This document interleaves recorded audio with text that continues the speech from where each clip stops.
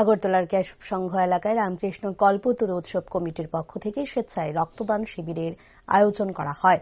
সেখানে উপস্থিত ছিলেন মেয়র দীপক মজুমদার, রামকৃষ্ণ মঠের অধ্যক্ষ সহ অন্যান্যরা।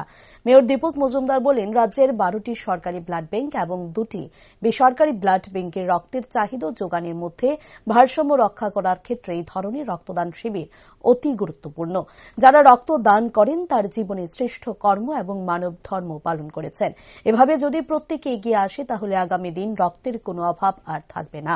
তাই যারা রক্তদান করছে তারা যেমন একজন মুমূর্ষ রোগীকে বাঁচাতে পারবেন, তেমনি নিজেরাও অনেক বেশি সুস্থ হয়ে থাকতে পারে এই রক্তদানের মধ্য দিয়ে।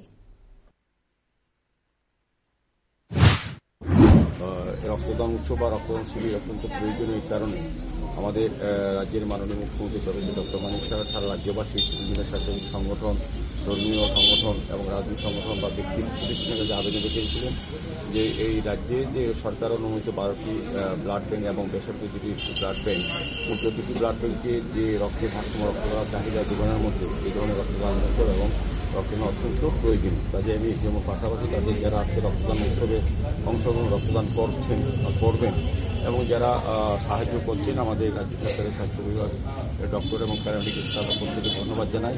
আমার বিশ্বাস রক্তের যেহেতু কোনো বিকল্প নেই, রক্তের বিকল্প হচ্ছে এই মানবতা বা আজকে যারা রক্ত দিচ্ছেন, কারণ আজকে যারা রক্ত দিচ্ছেন আমি বলবো তারা জীবনের শ্রেষ্ঠ কর্ম এবং মানব ধর্ম পালন করছে। এভাবে যদি আমরা এগিয়ে আসি তবে আমাদের যে মুমূর্ষু রোগী বাঁচানো এবং আজকে যারা রক্তদান করবেন তারা যেমন মুমূর্ষু রোগীকে বাঁচাবেন, তাদের রক্তের উপাদান থেকে আর 4-5 জন রোগীও উপকৃত হবেন।